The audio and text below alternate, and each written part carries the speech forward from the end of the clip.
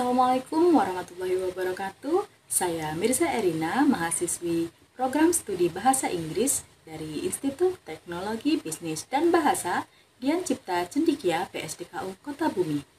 Pada kesempatan kali ini, saya akan berbicara tentang kebebasan menjadi diri sendiri.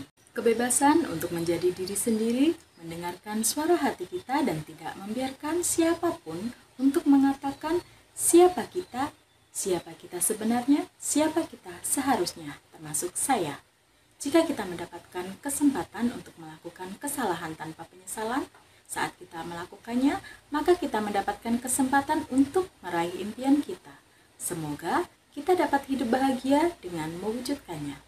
Kita tahu bahwa penyesalan terbesar kita adalah kita tidak melakukan apa yang ingin kita lakukan. Jadi, jangan salahkan ayah kita yang terlalu rajin untuk menyuruh kita belajar ekstra meskipun setelah ujian. Atau ibu kita yang menyebalkan, yang sering memarahi kita saat melihat tulisan tangan kita yang jelek. Jangan marah jika orang tua kita mengatakan bahwa teman kita bukan teman yang baik. Sebenarnya dia memanjakan kita. Pada dasarnya jangan mendendam pada orang tua. Yang mereka coba lakukan sebagai orang tua adalah membuat kita bahagia dengan pilihan kita, dengan cara mengganggu kita dengan pilihan mereka, yang sebenarnya itu adalah pilihan kita, namun kita belum mengetahuinya. Kadar hormon kita terlalu tinggi untuk memahami logika yang membingungkan ini. Terkadang, yang kita inginkan hanyalah menjadi diri kita sendiri, dan kita cukup yakin bahwa kita tahu apa itu.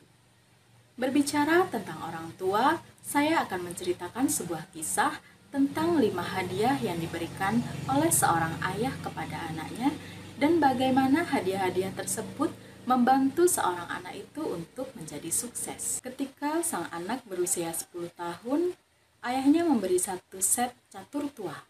Catur adalah cerminan kehidupan. Kata mereka, dan meski terdengar klise, itu mungkin benar. Hal pertama yang diajarkannya adalah bahwa setiap langkah memiliki konsekuensi, baik kita melakukannya ataupun tidak. Apapun yang kita lakukan, tidak ada satupun momen yang luput dari kehidupan. Jadi, pikirkanlah segala sesuatunya dengan matang, tidak selalu, tetapi cukup sering. Cukup sering sehingga hidup kita tidak terasa hitam putih dan seragam seperti kotak-kotak di papan catur. Terkadang untuk maju, kita mungkin perlu mundur beberapa langkah, dan tidak ada ruginya melakukan sesuatu yang menyakitkan dalam jangka pendek tetapi terbukti bermanfaat.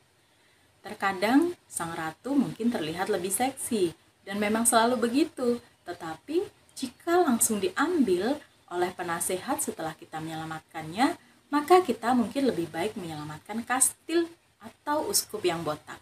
Jadi, jangan selalu memilih yang terlihat lebih menarik. Jika ada sesuatu yang memberitahu kita bahwa itu akan membuat kita terlibat dalam banyak masalah.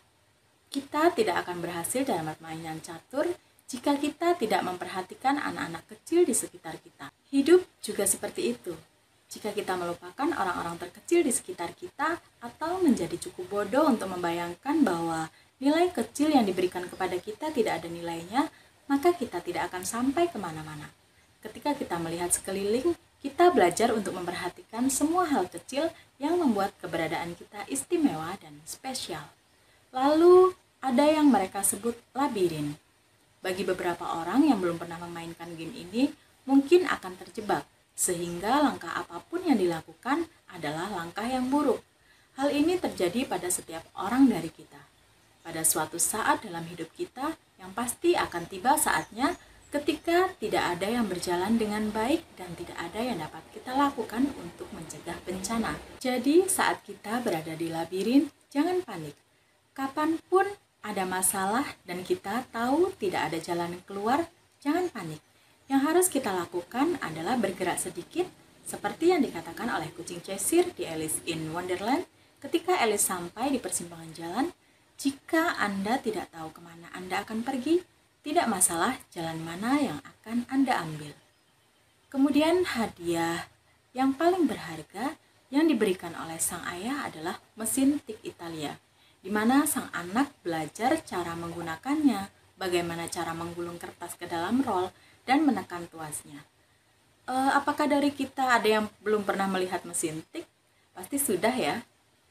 Anak ini mendengar bunyi klik dari huruf-huruf ketika menekannya dengan jari-jarinya, membentuk kata-kata pada halaman kosong yang membuatnya terpesona. Untuk menggunakan mesin ketik dengan baik, kita perlu ketekunan. Satu huruf yang salah, maka seluruh latihan harus dimulai dari awal lagi. Dahulu menggunakan sesuatu yang disebut tip X untuk menghapus kesalahan pada masa itu, bukan untuk mengendus kesalahan saat pelajaran matematika. Tetapi terlalu banyak menggunakan tip X dalam mengetik tidak dapat diterima.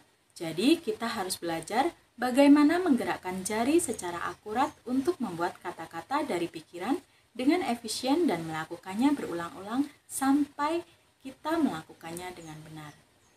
Kita harus memahami bahwa tidak ada yang lebih berharga daripada kapasitas kita untuk tekun dan kemampuan kita untuk bekerja keras. Jika kita bisa mengalahkan musuh kita, maka kita bisa memastikan kesuksesan diri kita sendiri. Dan apapun yang kita pilih untuk dilakukan, apapun yang kita lakukan, lakukan sekali. Lalu, lakukan sekali lagi, bahkan dengan lebih hati-hati. Berlatih akan membuat segalanya tampak lebih mudah.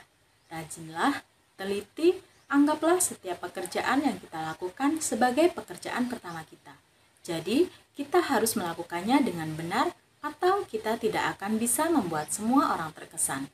Dan pada saat yang sama, lakukanlah sebagai pekerjaan terakhir kita, seolah-olah kita tidak akan mendapatkan kesempatan untuk melakukannya lagi. Hadiah yang selanjutnya diberikan oleh sang ayah kepada anak tersebut adalah sebuah kamera. Hal yang paling indah tentang kamera itu adalah bahwa kamera itu tidak berfungsi. Lalu apa yang dapat kita pelajari dari sebuah kamera yang tidak berfungsi? Kita belajar bahwa segala sesuatu tidak selalu harus berfungsi untuk memenuhi suatu kebutuhan. Bahwa terkadang ketika sesuatu rusak, kreativitas terbesar berasal dari pecahan-pecahannya. Kita akan mendapati diri kita melihat dunia secara ajaib melalui lensa yang tidak dapat digunakan. Dan fakta bahwa tidak pernah ada foto yang bisa dilihat mengajarkan kita pelajaran yang paling penting, bahwa kreativitas adalah sebuah proses jiwa. Ia tidak membutuhkan hasil atau produk untuk diterima oleh dunia. Ia hanya membutuhkan kebenaran dari ekspresinya sendiri. Kemudian, ada sebuah hadiah yang dianggap sebagai hadiah terindah dan terakhir yang diberikan oleh sang ayah kepada sang anak. Sang anak baru menyadari bahwa itu adalah hadiah pada hari di mana ayahnya meninggal ketika sang anak berusia 15 tahun. Hadiah yang juga telah diberikan oleh orang tua kita kepada kita semua. Ya, hadiah terindah yang telah diberikan kepada kita itu adalah hadiah kehidupan itu sendiri. Tidak ada yang menandai seorang pria atau wanita yang berbeda dari yang lain, yang lebih sempurna daripada anugerah. Anugerah adalah kesadaran bahwa hidup ini lebih besar daripada diri kita sendiri. Dan oleh karena itu, rasa syukur kita juga harus sama besarnya. Rahmat adalah pemahaman bahwa setiap orang yang kita temui, baik yang penuh kasih kepada kita maupun yang bersikap kasar adalah manusia seperti kita. Ini adalah untuk mengetahui bahwa pengalaman membentuk manusia dan tidak peduli seberapa baik kita dalam melakukan sesuatu atau sesukses apapun kita tidak pernah lebih baik dari orang lain. Jika kita dapat menjalani hidup kita dengan penuh kasih sayang kepada orang-orang di sekitar kita, maka kita akan mencapai lebih banyak hal daripada yang dapat kita capai.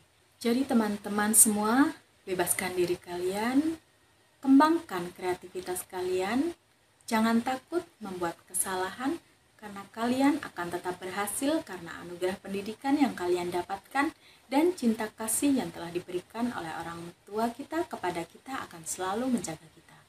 Dan ketika kita nanti sudah berhasil, jangan lupa untuk berterima kasih kepada orang-orang yang paling tidak kita sukai, karena sesungguhnya merekalah yang paling peduli terhadap kita.